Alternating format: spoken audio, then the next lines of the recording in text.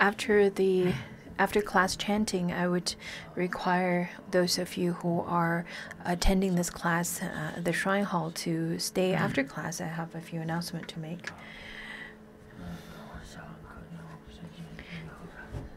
So after the chanting of dedication, and only for people from in Larungar.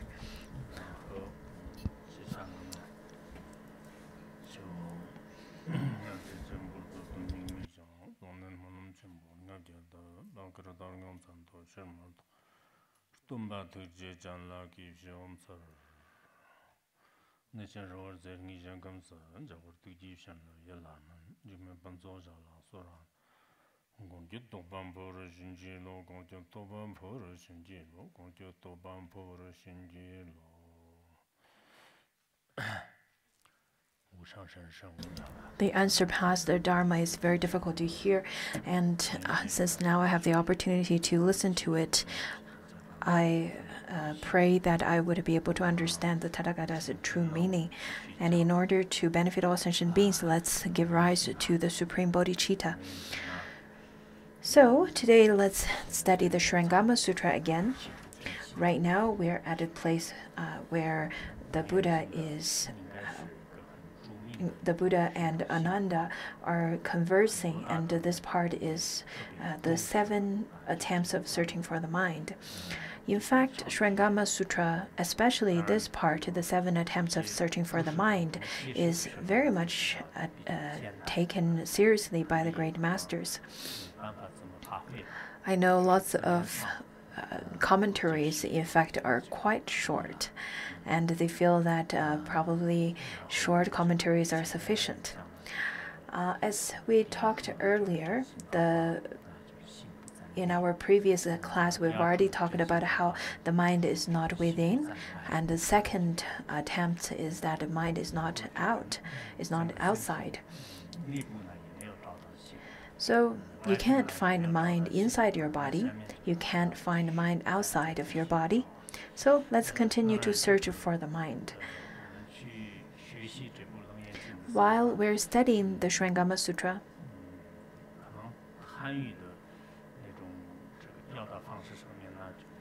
I think the Chinese translation is really beautiful.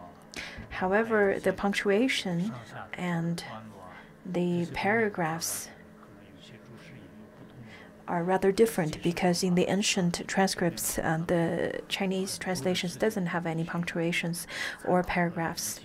I myself didn't really have enough time to go over it very thoroughly in terms of the punctuation and paragraphs.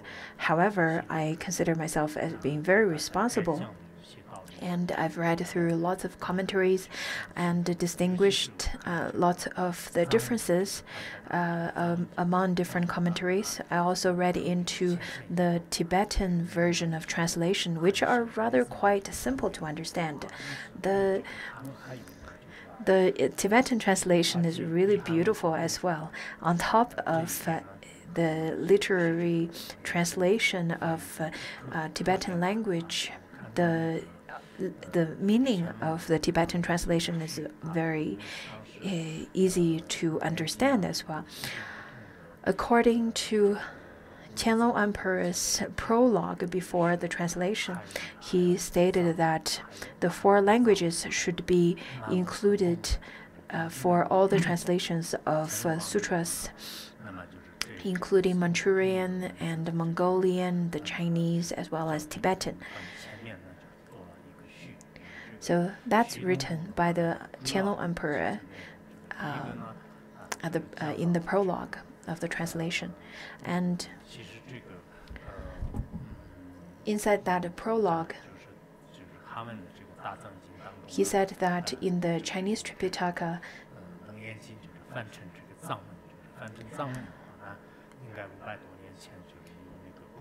the Shurangama Sutra is translated into Tibetan from Chinese language, which he read that Master Bhutan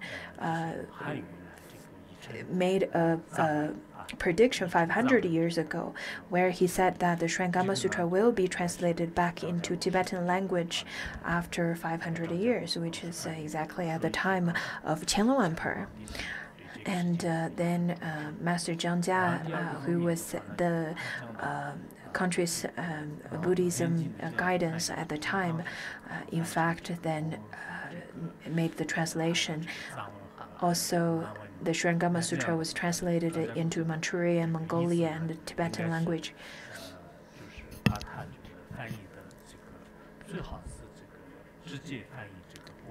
And Qianlong Emperor's guidance to Master Jiangjia was that it is the best to translate the sutra as it is, and you don't really have to.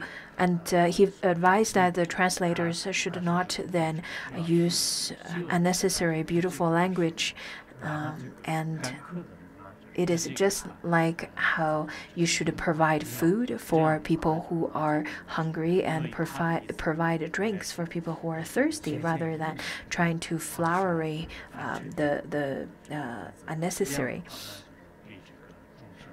Therefore, that's the guideline for the translation.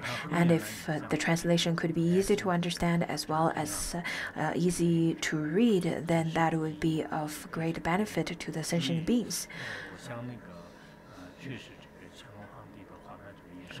I feel that the Qianlong Emperor is a great emperor.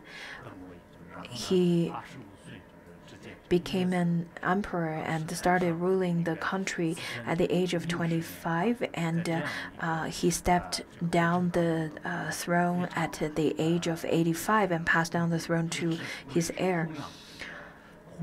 And during the 60 years of his reign, he supported Buddhism quite greatly and protected the teachings of the Dharma. So the Dharma was in fact quite prosperous during that time.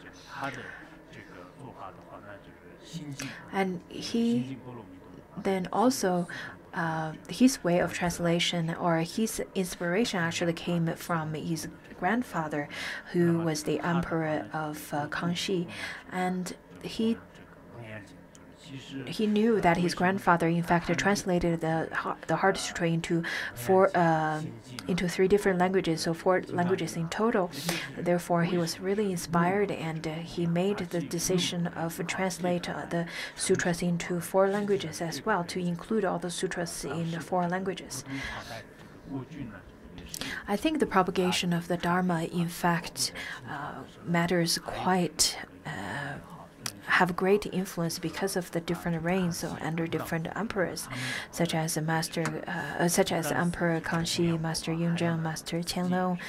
And not only these emperors would protect the Mahayana teaching, they also themselves are great practitioners.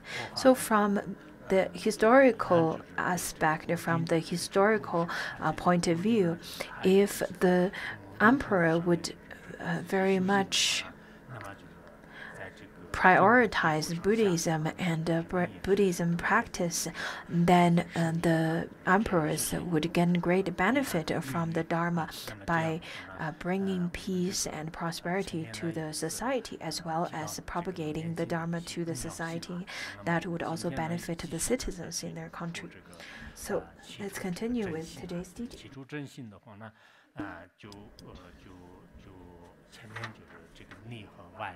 Previously, we've already understood that, in fact, the mind is not within or outside of the body at all. And now Ananda started to ask the question, is it in the middle then? So Ananda then said that, well, world-honored one, as you have said, in my mind does not see that see what is in my body, it is not within it. And if my body and mind knew each other, they are not separate. And my mind.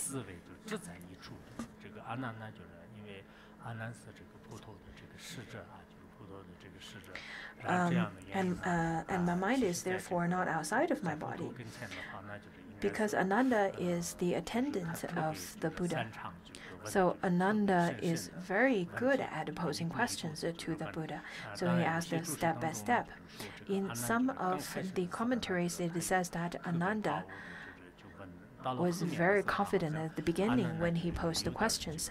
And later on, after getting refuted by the Buddha, he got a little bit self-doubt and he's not as confident as he used to be. The Buddha's refutation, in fact, caused him to get tired, or rather lost lots of confidence. We can see through the way that Ananda posed questions. But I think Ananda is probably not that fragile or that weak when it comes to refutations from the Buddha. I personally feel that Ananda, after getting refuted by the Buddha, he probably feels great joy. Unlike how mundane beings in our world would feel quite rejected.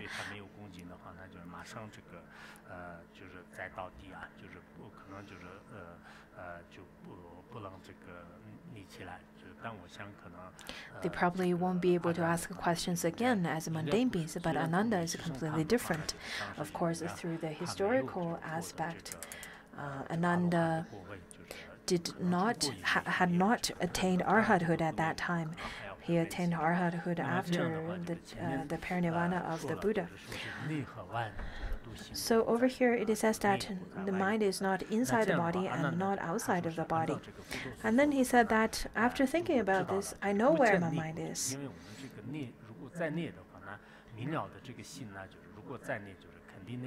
If the mind is inside the body, then the mind should clearly know what's going on inside all the organs or inside the body, should be able to illuminate everything inside the body. So it's not inside the body.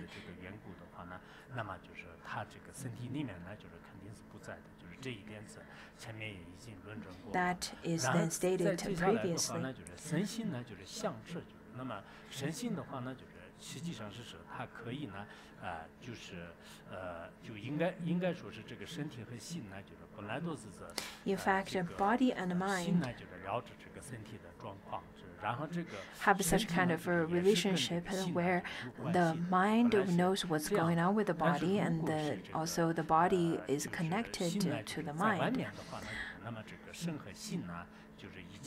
But if the mind is outside of the body, then they're separate. Just like how there are then two consciousness or two mind streams, just like two arhats. That if one arhat were to get full and the other arhat won't get full because of the other arhat got full. Therefore, it cannot be separated, because if the mind is outside the body, then they're separated. They're no longer connected. So for that reason, through such kind of analysis, mind is not outside of the body.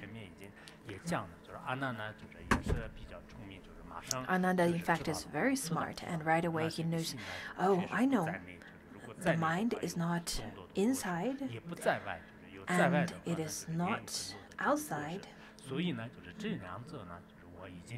I know it very clearly. But now, let me think about it. So Ananda is very good at posing questions, and he's very extensive when it comes to knowledge. Unlike young disciples, unlike young students, whenever they hear different kind of teachings from the teachers, they are very limited in their creativity, and they don't really have a critical thinking where they can pose different questions than what the teachers taught them. If the teacher were to ask the student a different question, then the students are not able to answer it. Rather than that kind of, in fact, compared to that kind of student, Ananda is very different. And I think it's quite important to be able to expand our way of thinking. On one hand, it's very important to listen to the teacher's teaching and be able to then repeat what the teacher taught. On the other hand, it's quite important to expand your thinking, to then think of different ways of explaining it, so that it will call for creativity to further explain the content. So you need both of these kind of abilities. He said, okay, lasso. Lasso means yes.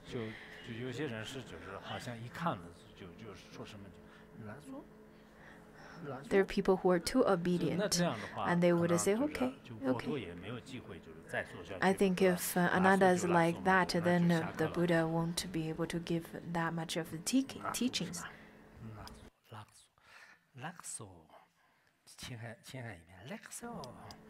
In a different province, they pronounce it differently. And according to Lasake, they sound very different too.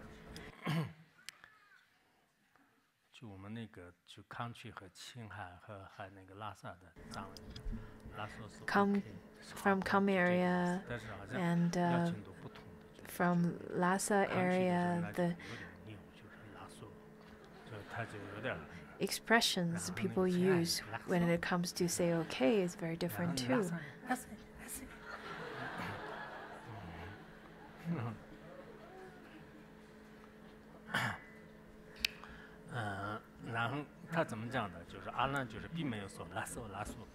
So Ananda did not follow obediently. He didn't say okay. He in fact continued to ask, saying that now after thinking about it, I know where my mind is. I know it's not inside, it's not outside. I know my mistake. It must be somewhere else. And then the Buddha asked him, so where is it then?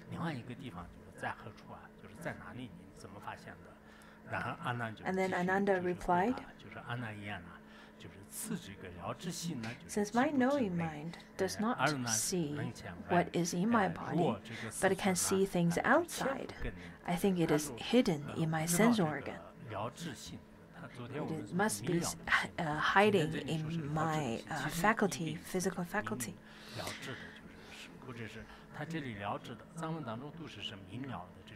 In the Tibetan translation, in fact, when it comes to a description of the mind, it then describes the mind as luminous and clear knowing. So this kind of knowing mind, this kind of mind that is clearly knowing,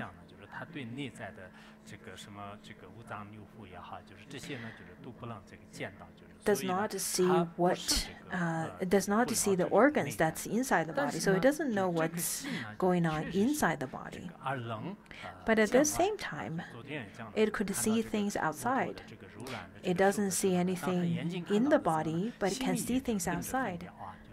Just as when the Buddha used his soft and gentle hand, then when the eyes see it, his mind then make the discernment and such kind of thought that it's such a beautiful and gentle hand.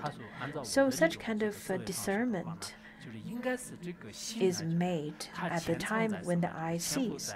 Therefore, Ananda came to his conclusion saying that I think it's hidden in my sense organs.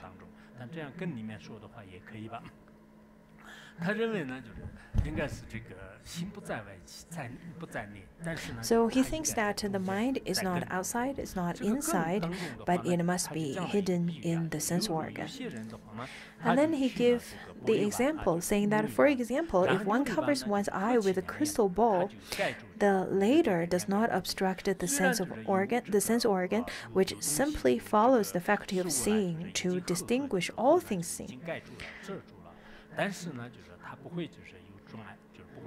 Just as a crystal ball that covers one's sense organ, that is the eye, but the crystal ball does not obstruct the eye's capacity of seeing. So he thought that the mind must be hidden in the eye. Over here, it says a crystal ball. In some in some commentaries, it says that it is a bowl that is made of crystal. Sometimes it is translated as a cup that is made of crystal. But over here, the Chinese translation, in fact, the word means a thin layer of plate. So a crystal plate. Then there are glasses, and there are the eyeglasses that we wear nowadays.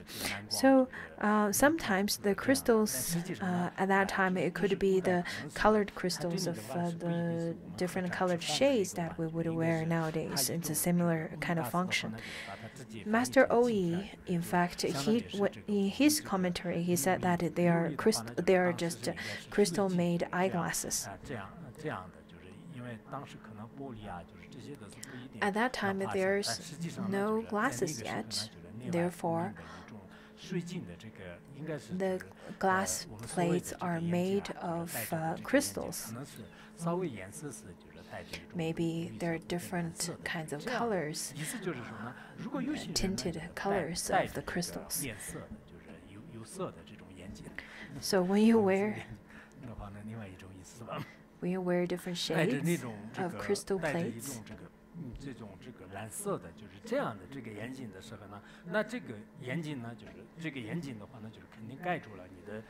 in fact, this crystal plate would cover on top of your eyes. So something solid covers the eye organ. But the eye could still see through the crystal, the transparent crystal, and see the mountains and everything outside. So at that time, you still be able to see all the phenomena outside. And then at that same time, you can still make the discernment that, oh, this is blue, that is green, this is mountain, that is a person. You can still make such kind of discernment. When your eyes see, discernment would happen at the same time. So your eyes see and mind discerns. Thus, if my knowing mind does not see what is in my body, it is because it's in the sense organ.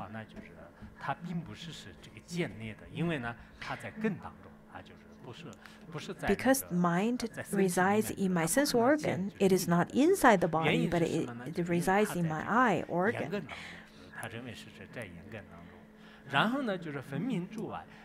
So it cannot see what's inside the body. And if it sees clearly what's outside without being abstracted, it is because it is hidden in that organ. In fact, this kind of way of explaining, this way is very similar to the ones of the schools where they would hold on to particles, hold on to the solid existence. There are people who really rely on the glasses. If they were to take off the glasses, they can't see anything at all. Maybe they become someone else. They would blink all the time. Maybe because of the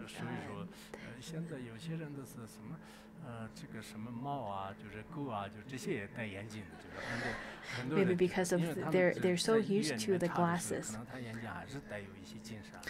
And nowadays, people would even give the cats and dogs to wear glasses as well.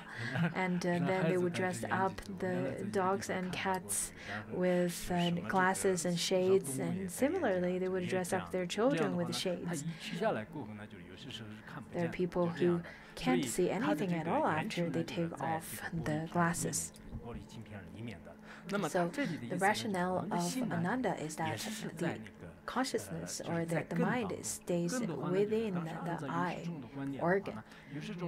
According to this school of thinking, in fact, the way they consider how it works, how the mind works, is that different kinds of faculties, they all have different levels of, they all have different shapes and different ways of perceiving.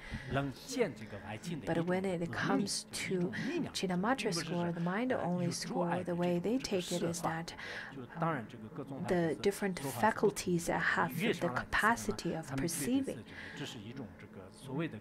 The higher the level of understanding of the Dharma, the different understanding of the faculties.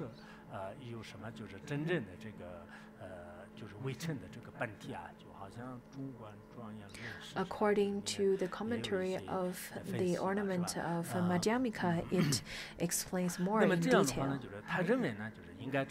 我们的这个信就是现在这个藏在当然这个信呢就是可能本来这个厌和严是就是严根是这个根就是然后是的话那就是依靠严根而产生这种严是 has the eye faculty or the eye organ and eye consciousness. So the eye organ would perceive the information, and then eye consciousness would then process such information, and then the consciousness will differentiate. But over here, it didn't really differentiate the organ or the faculty and the consciousness. The eye is inside of the eye socket, and the glasses are sitting on the outside of the organ.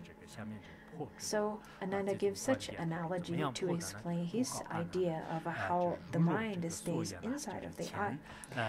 Then the Buddha continued to ask, and he said that as you just said, the mind is hidden in the same way that the eyes are covered by the crystal ball. Lots of the sutras are like this. The Buddha would then repeat such kind of question to make sure that he would understand this very clearly, just like how the Westerners are accustomed to. They would usually clarify the question and then start answering again. In the sutras, in fact, then they would have all different kind of long questions, and then the Buddha, before answering his actual question, the Buddha would first rephrase or repeat the question first, and then the Buddha would answer it, would address the question.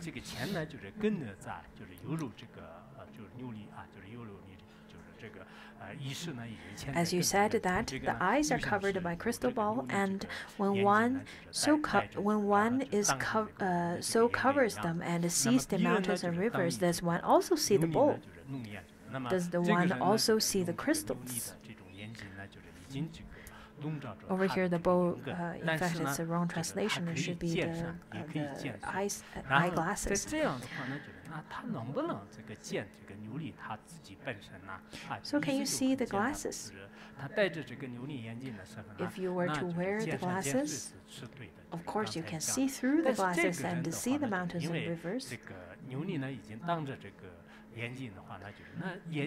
But the glasses are covering or sitting in front of the eyes. And then the Buddha asked him, then can you see the glasses still? Ananda then replies saying that, yes, world-honored one can also see the glasses. Ananda answers very quickly saying that, yes, of course. If one wears the crystal glasses, although it is blocking the eye or organs, but the person could still see what's outside, could also still see the phenomenon. Of course, over here it is based on the fact that the glasses are transparent, otherwise you won't be able to see. This is the first reply from Ananda after the question. And then the Buddha continued to say,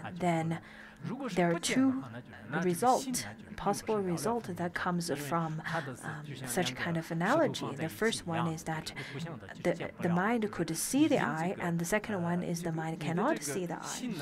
If the mind could see the eye, then in such a way, the eye no longer has a function of seeing anymore, but it is rather perceived as an object of being seen by the mind. And the second result is that you cannot see the eye.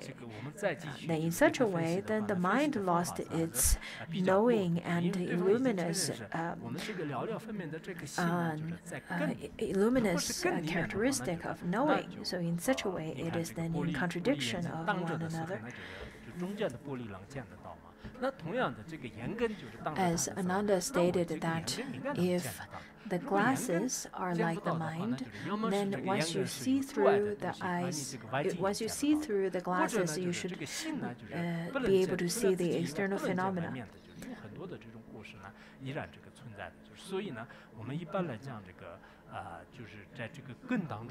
Usually when we talk about faculties, therefore, if Ananda were to then say that the mind is within the sense organ, then that's wrong. I think in the way of the Bodhisattva, it also stated that the mind does not abide in any of the faculties. It does not abide in the skandhas. You cannot find it inside nor outside. You cannot find it anywhere else either. So consciousness does not stay or does not abide with any of the organs or faculties. It does not abide in the skandhas. It does not abide within or outside. And you cannot find it anywhere else either. Previously, we've already studied that you cannot find it inside, you cannot find it outside, you cannot find it in the middle of an organ either. During the part of studying of finding the selflessness of phenomena. In fact, it goes through a similar analogy where you can find it outside, you can find it inside, you cannot find it in the middle, you cannot find it within the organ. The next one. The fourth one is in fact quite difficult to understand. Therefore, you should use all your wisdom to follow this part of contention. I'll slow down, otherwise I'm afraid that for those of you who listen to Shrangama Sutra for the first time, you will then encounter some difficulties. So, the fourth attempt of searching for the mind. I think this is a rather difficult one to understand. Therefore, I ask of you to use your sharpest wisdom and be prepared to use it. I'm going to drink a little water and I'll continue with it. Just as how we should prepare the horses. Some horses are sharp and some are dull, some are fast and some are slow. So I'm going to see who can get enlightened through this one.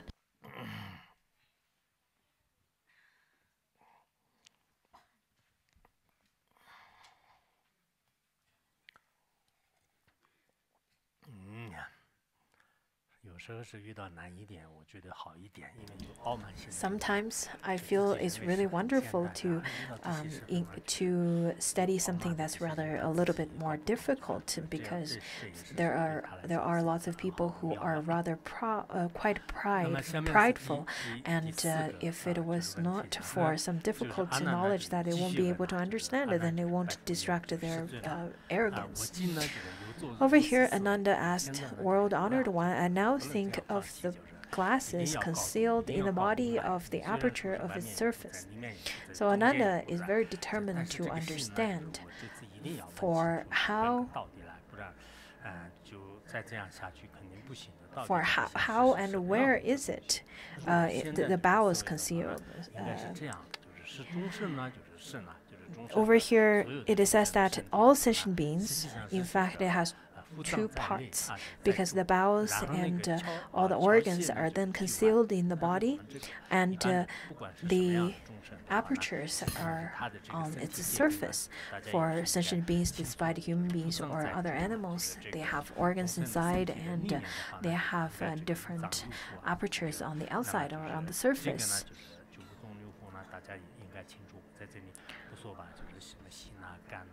The organs such as heart and kidney and the spleen and so on, and the bowels such as the intestines. So within the body, in fact, there are different kinds of organs. And outside of the body, or on the surface of the body, there are different kinds of orifice or apertures, as we usually call it, the 7 openings or 7 orifice.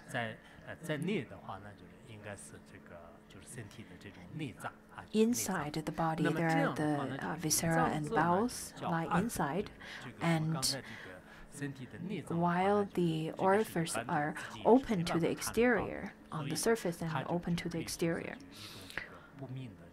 So there is darkness at the bowels and light at the orifice.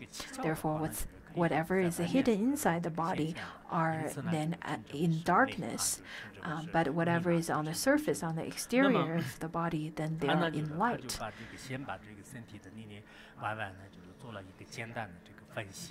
So Ananda, first of all, before he presented his argument, he stated that of his understanding of the body first, what is in the dark and what is in the light. And then Ananda continued to say that now as I face the Buddha and open my eyes, I see light, and that is to see outside. Just as when you open your eyes, you can see the teacher, you can see the assembly, and so on. And Ananda opens his eyes, he can see the Tathagata, he can see the assembly, he can see the park, he can see the assembly hall. So Ananda continued to say that when I close my eyes and see darkness, that is to see within.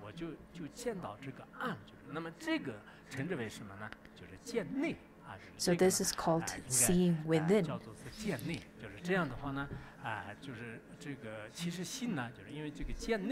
In fact, seeing inside is the contention that the Buddha will refute mostly over here. He did not refute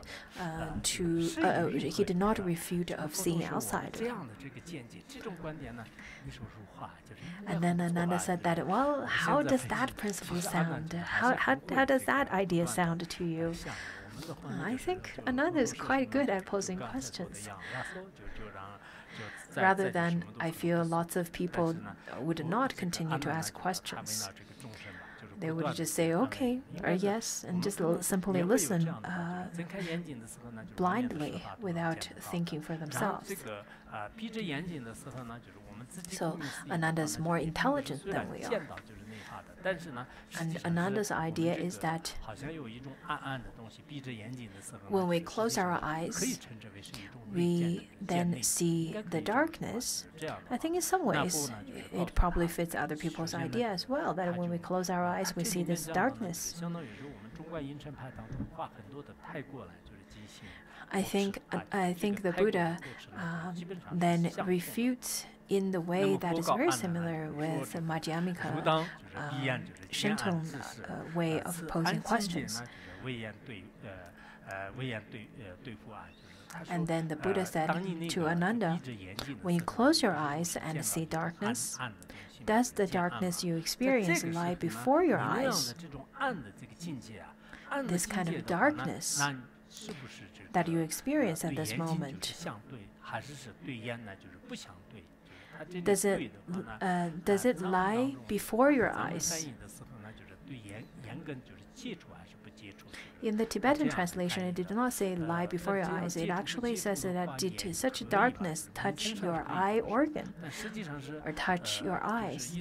In some ways, you could explain it. But What it means here is that when you see the eye, when you see the darkness, does the eye perceive the object of darkness? I think this is an easier way of understanding it. According to the Theravada teaching, in fact, the object and the organs do not completely touch one another. But according to Abhidharma, one of the Abhidharma teaching, where it says that some of the object would then touch the organ, the faculty. It could be explained in different ways, because darkness and light could also be explained as tiny particles of darkness and tiny particles of lightness, according to the Theravada tradition in the Abhidharma teaching, in one of the commentary on the Abhidharma.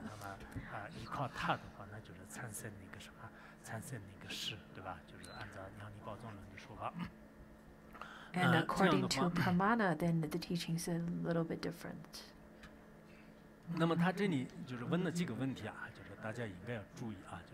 Pay attention to the few questions of the Buddha asked. Okay, use your sharp wisdom now. This is important.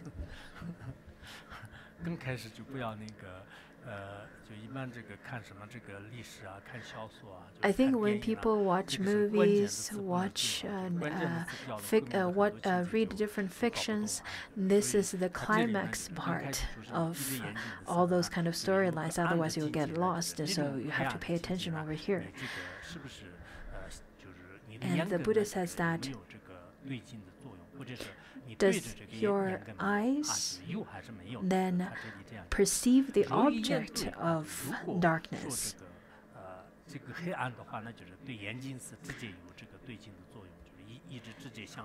And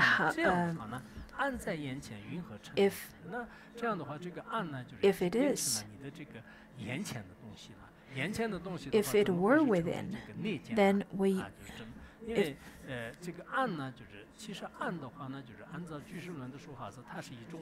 as I said earlier, in fact, according to Abhidharma, the light and the darkness could be considered as a small particle of lightness or darkness.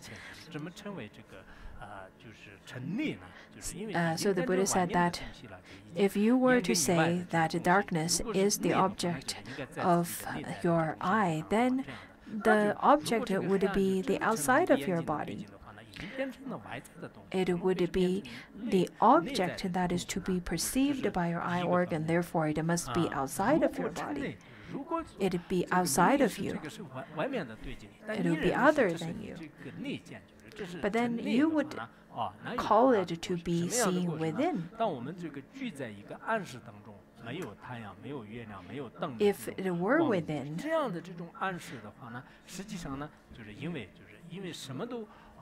then when you are in a dark room without the light of the sun, the moon, or lamps, then the darkness in the room would constitute your stomach, the three parts of the stomach. In fact, the different organs or viscera and bowels in your body. If you were to say that the darkness became the object that to be perceived by your eye organ, then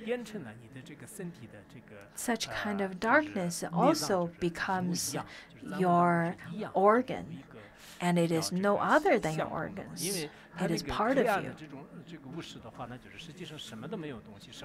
In fact, darkness, if it were seen by you, then you think then it could be called as your organs, or the object of your perceiving as well as the capacity of seeing. Did you understand that? That's the first logic link.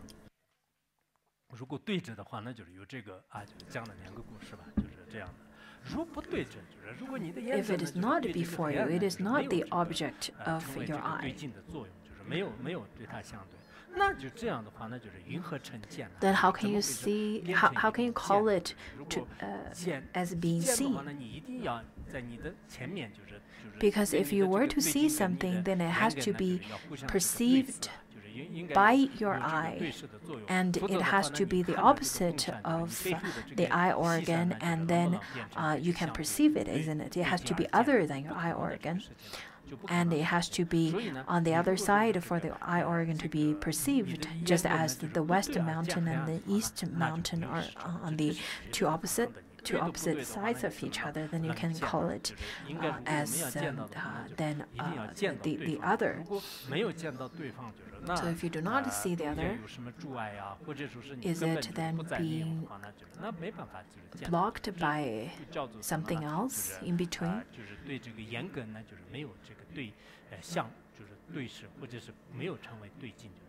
So in such a way, that's the second refutation by the Buddha, that it is not seen. It is not the object of being perceived. The next,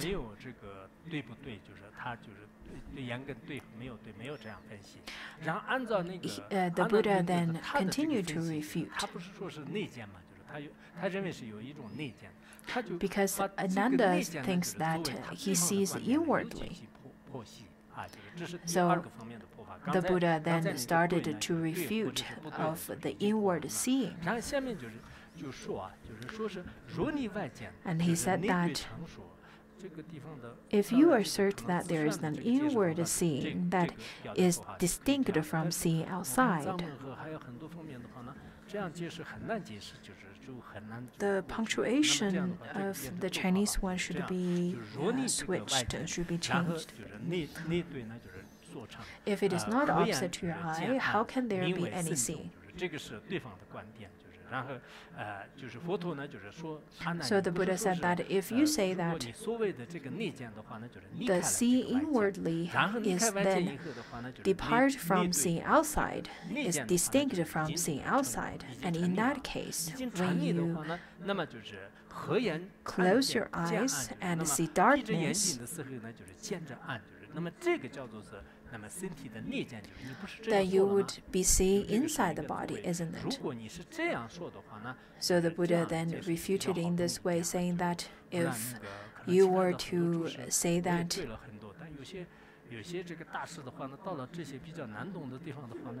the commentaries that I read, I feel that they're avoiding this kind of difficult logical questions. And they, in fact, didn't explain too much in the commentary.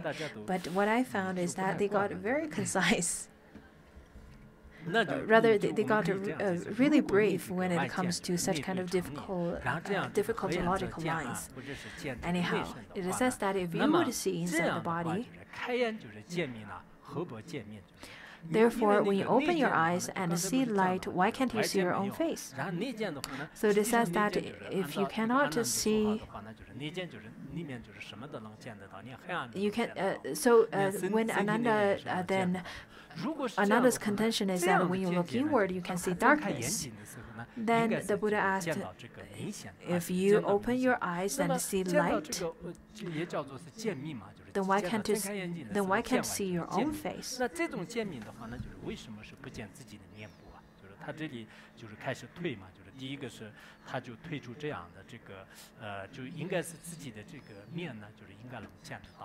Because if once you open your eye organ, you should be able to see your face first.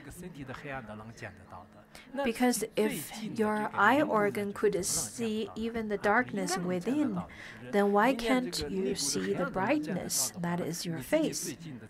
Because your face would be the closest one to you. And then the Buddha continued to say that if you cannot see your face,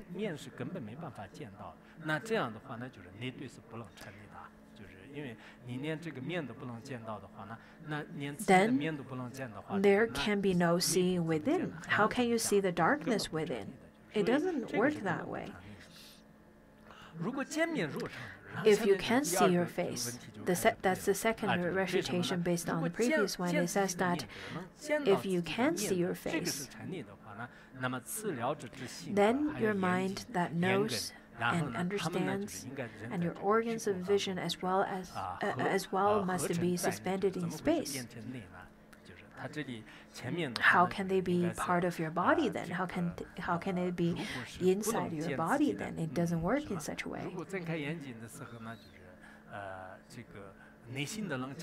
So the Buddha then again refuted from the two aspect. The first aspect is from the aspect if you cannot see your face. If you cannot even see your own face when there's light, then how can you say that you can see darkness when your eyes are closed? There's the commentary.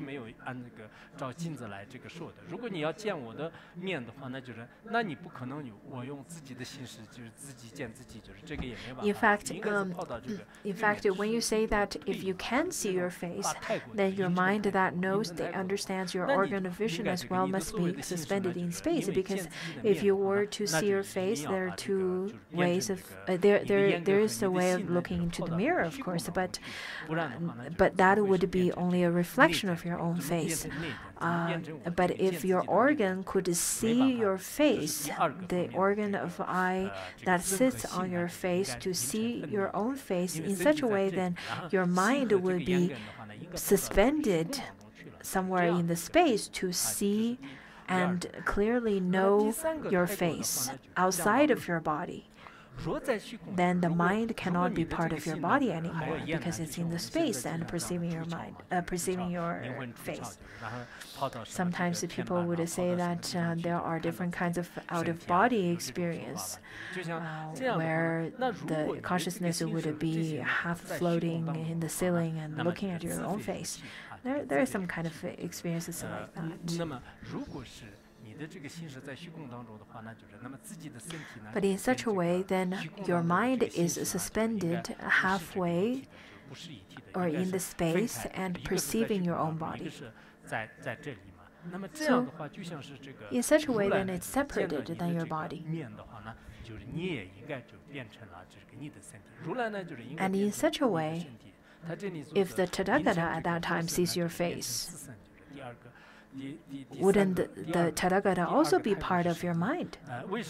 Wouldn't the Tathagata be part of your body? And if you can see your face, then your mind knows and understands your organ of vision as well must be suspended in space. How can they be part of your body? And if they're in space, then they're not part of your body. Otherwise, the Tathagata who now sees your face would be part of your body as well. Master Zixuan then over here made the threefold argument, where then it first says that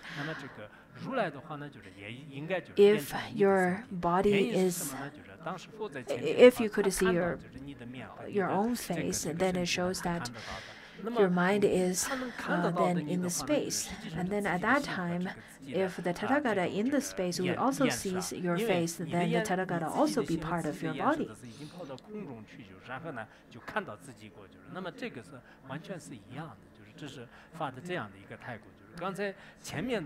Previously, it says that your mind is not within, that you cannot see inwardly. And if you were to be able to see your own face, then it means that your mind is in the space.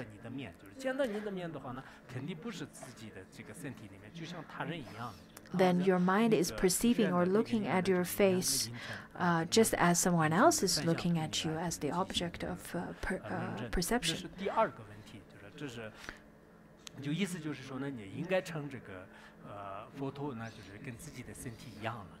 So in such a way, the Buddha is just like your own body.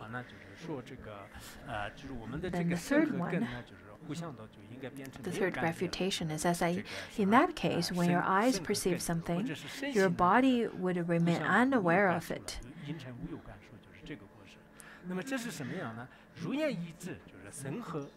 So the fault of not perceiving when your mind is somewhere else and your body is here.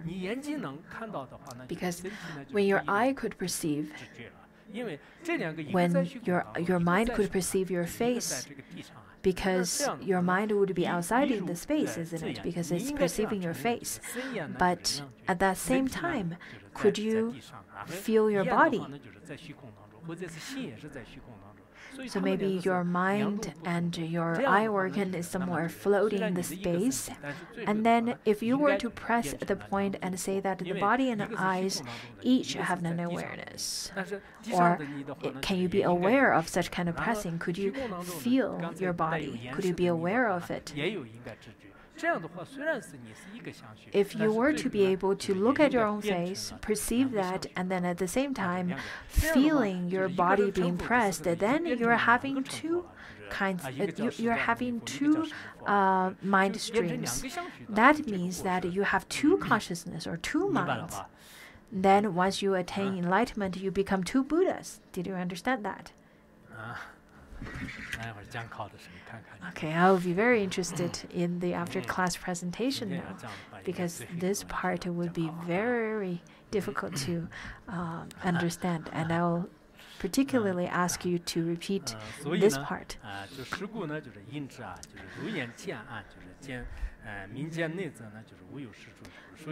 Therefore, your contention that to see darkness inward is inward seeing is groundless.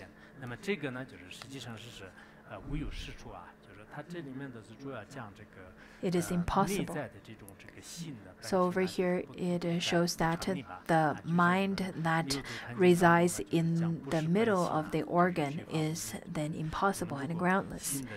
Just as in the 6th Platform Sutra, it says that if you do not recognize what the mind is, then you won't be able to receive true and genuine benefit of studying the Dharma.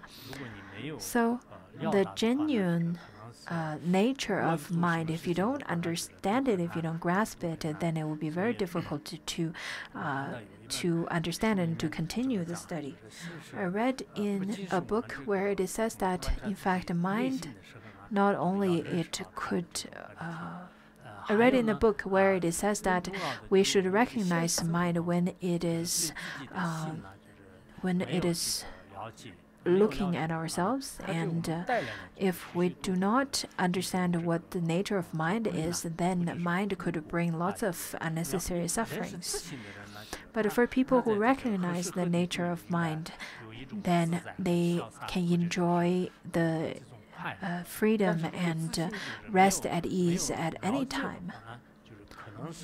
So without knowing what the nature of mind is, maybe mind, it's really nothing, but it brings lots of experience of suffering to you. Therefore, to people who are studying the Dharma, I really hope that you could study and practice the kind of methods to recognize the nature of mind. I think lots of times we would get really distracted to different kinds of trades and skills, such as poetry, such as design, such as architecture, and different knowledges. Of course, it's necessary because we need our trades to make a living. But what's more important is to know the nature of our mind, and we need to know different kinds of trades and methods of recognizing it.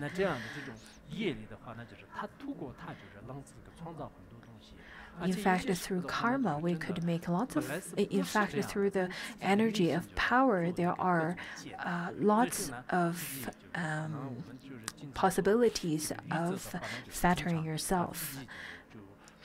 Just as how fools are fettering themselves up from all the different kinds of emotions and afflictions. Just as the story I've heard that in ancient times, a person who's named as Lo Kuang, and he invited his friend to his home, and they were drinking together. And after drinking, the friend exhibited some discomfort and then left Lo Kuang's house and went back home. But after the friend went back home, he got gravely ill. And then Lo Kuang went to see him and asked him what happened. the friend answered that I saw that there was a small snake that sits in the middle of my wine cup, and I carelessly drank it in my stomach, and then I think I'm dying because of that.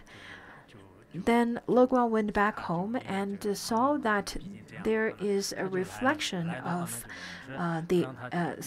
there's a reflection of the arrow on the wall where would reflect like a snake shape.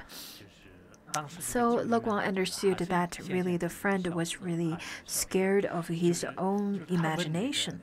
So Le Guan then invited his friend to come to his home, and his friend came, and Le Guan showed him the reflection in his cup. And the friend got really frightened upon seeing another small snake in his wine cup. Le Guan was really smart, and he then took off the arrow from the wall. And then at that moment, the friend understood, oh, it was only a reflection, and it was only his own imagination.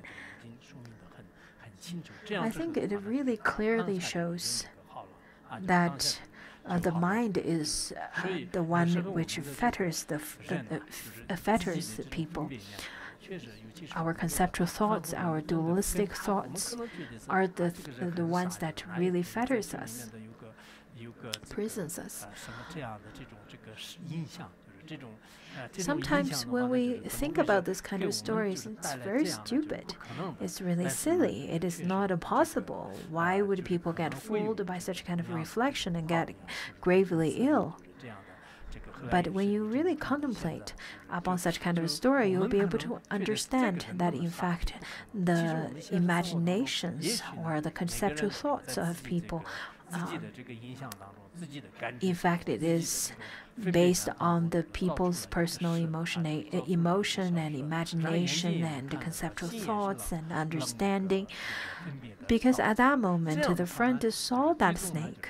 The friend misunderstood that it was a snake and took that very seriously as a snake, and then got gravely ill. A doctor told me that my lung was having some big problem. I had to then go through a surgery right away. And right away I felt that there's a pain in my lung. And then I went to Chengdu, and the doctor, after detailed checkups, and the doctor said there's nothing happening to your lung. And right away I felt that there's no pain around my lung area anymore. I think it's really just all mind. Therefore, we really need to understand the nature of mind and to watch and to see what the true mind is. I feel Vajrayana teaching is much simpler than the Shurangama Sutra. And the Shurangama Sutra's way of finding where the mind is more difficult than the Buddhist logic. I think we'll stop here today.